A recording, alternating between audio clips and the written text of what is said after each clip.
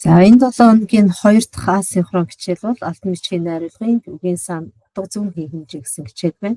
За хичээлийн маань зорилго албан бичгийн хэлний онцлог, найруулгын хин хэмжээг ойлгож түүнийг одоо зөв хэрэглэх дадал болно гэсэн.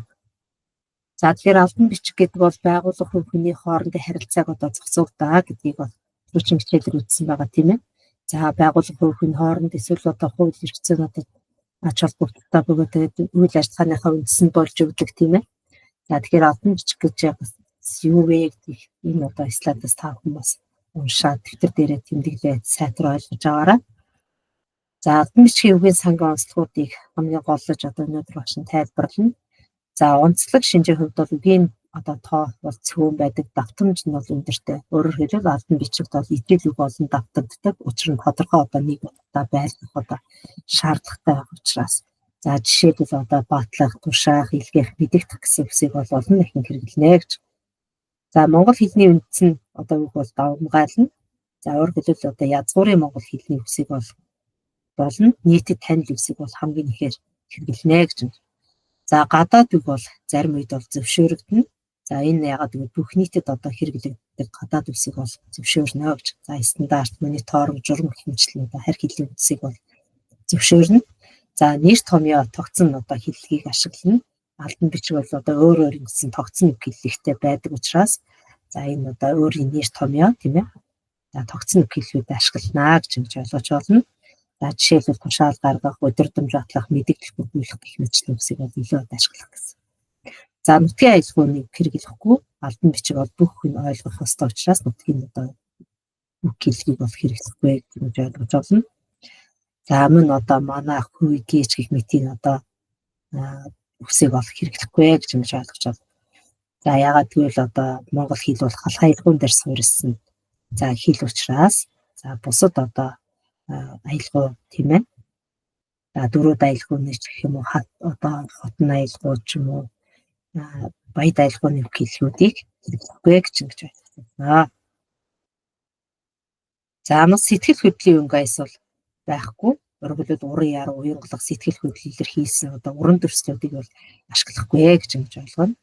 За кит товчоос эсвэл ярианы үг хэллэгийг бол хэрэглэхгүй. Өөрөлд ярианы хэлний одоо товчлол бол хөнгөн үгсийг бол хэрэглэхгүй. За тгий гих мэтлэл одоо үгсийг ашиглахгүй л байна. За үг хэллэг нь олоог дараалалтай байх хэвээр. Өөрөлд үг өгүүлбэр хоорондын шалтгаан үр дүнгийн холбоотой байна гэж ойлгож байна. Тэгвчээс учир шалтгааны холбоотой одоо холбох үгсийг бол нэлээд одоо хэрэглэнэ. За найруулгын нэг хэв одоо загвартай байдаг. Өөрөөр бүх албан бичиг ижил бүтэц нэг загвартай. Өөрөөр за эхлэл гол төгсгөл гэсэн үндсэн хэсгүүд байхаас гадна тушаал одоо өөрийн гэсэн одоо хэв загвартай, өргөдөл нь өөрийн гэсэн хэв загвартай. За журам, өдөрдөмж тийм ээ. Илтгэх удас гэсэн өөрийн гэсэн найруулгын одоо хэв маягтай байна. Тийм учраас өөрийн гэсэн тэр загвар хэв маягаа одоо баримталж бичнэ гэж. За мөн үгс нь болоо хин хэмжээ соёлын одоо илэрхийлнэ. Өөрөөр албан бичгийн үгс бол ёс зүйтэй байх ёстой, хүндэтгэлтэй байх ёстой. За харилцагч одоо хүнийг юм харилцагч байгуулгын одоо хүндэтгсний ёс зүйтэй байх ёстой гэж ойлгочихлаа. За албан бичгийн үгийн санд бол бас алдаа бол нэлээд гардаг. За та бүхний албан бичгийг бас нэг уншаад үзээд за ямар алдаа гаргасныг бас өөрөөр хэцүүлээд бодоод үзээрэй. За албан бичгийн найруулгад одоо гаргасан нийтлэг алдаа бол юу байна вэ гэдгийг бас эндээс харж болно. За алдааны төрөл бол найруулгын одоо илүү их давхарцсан, үг сонголт буруу, хэлцээ өгзөн зөрчилтэй. Тэгээд одоо нөгөө ямар одоо найруулга байна вэ гэдгийг бас харах ёстой тийм ээ. За тэгвэл одоо энэ бичвэр дээр бол найруулгын илүү одоо давхарцсан, өөрөөр дараагаас хариу хүргэж байна, хариу хүргэж байна гэх мэтсэн. Тийм ээ дараагаас хариу хүргэж байна гэсэн одоо алдаатай юм найруулгын алдаа байна гэж. За үг сонголт нь буруу, таньцанд тийм ээ. За 99 хүсэлтийг одоо үндэслэн. За хэлц ба үгзийн одоо зөрчил байна. Зохион байгуул байгаа өдөр биш, зохион байгуулахаар туулсан өдөр гэж одоо засаж бичиж болно тийм ээ. За ээлдэг найруулгатай байх ёстой, боломжгүй гэсэн одоо юм боломжгүйг анхаарнууч гэх юм уу те ээлдэг зөөлөн байдлаар яг нэг албан бичгийг найруулгач гэсэн одоо боломжгүй гэсэн одоо хад мөргүүлсэн хариултад одоо байх ёсгүй л гэж. За эндээс харах юм бол албан бичгийн хэл найруулга бол товч ойлгомжтой хүндэтгэлийн өнгө аястай байх ёстой гэж байна. За албан бичгийн одоо үгийн хим хэмжээ бол 3 нүгийн одоо 4 үржилж явах хэвээр. За үндсэн хэмжээ шууд утгатай байх хэвээр.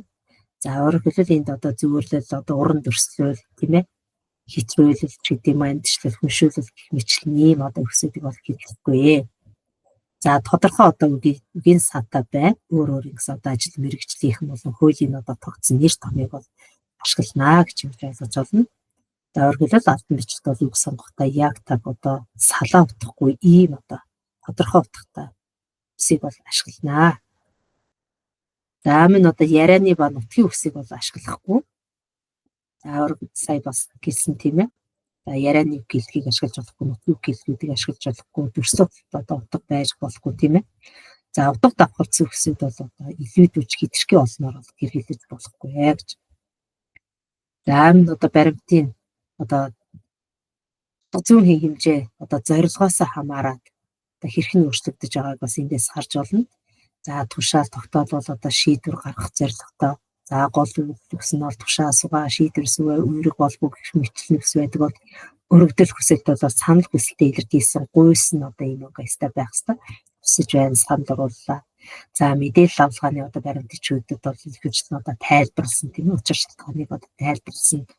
За ийм угстай хэлхүүдийг ашиглана. За эндээс харах юм бол утгацсан хэмжээ гэдэг бол бичиг баримт эмгцэгцтэй логотой бөгөөд зорилготой тохирсны одоо байхыг хэлж байна гэж хэлж байна. За мөн албан бичгийн найруулгад одоо тавигдах шаардлага байна. За нэгдмэл одоо утгатай байна. Өөрөөр хэлбэл нэг бичигтийн зөвхөн нэг гол асуудал байх ёстой. Нэг одоо албан бичигт олон янзын асуудлуудыг одоо зэрэг одоо бичрэхгүй л гэж. За үнэн зөв байх ёстой тийм ээ. Өөрөөр хэлбэл одоо бичсэн мэдээлэл тоо одоо тийм ээ баримтууд бол бүгд үнэн байх ёстой. За өөрсдийн гэсэн хэлбэрийн стандарттай байх ёстой, бичгийн хэмжээ байх ёстой, схем хооронд нь одоо мөр хоорондын зай зэрэг одоо тогтсон дүрмийг одоо стандартыг бол баримтлана гэж.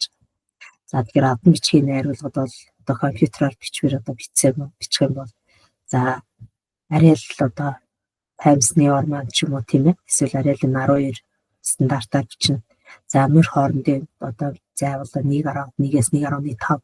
За хүснэгтэн мэдээлэл байх нь бол ямар байх вэ гэдээ яг өөр гэсэн хэлбэрийн стандарттай байдаг гэж хэлж байна. За ингээд өнөөдрийнхөө асинхрон хичээлүүдэд сайтран уншиж слайд болгоныг ойлгосны дараагаар та бүхэн мэдлэг баттгах сорил ажиллана. За мэдлэг баттгах сорил үндсэн 5 асуултаас бүрдэж байгаа. Асуулт бүрэн нэг оноотой. За энийг бол асинхрон хичээлийн сорил гэсэн топик дотроос та бүхэн ажиллах боломжтой. За ингээд та бүхэндээ амжилт хүсье.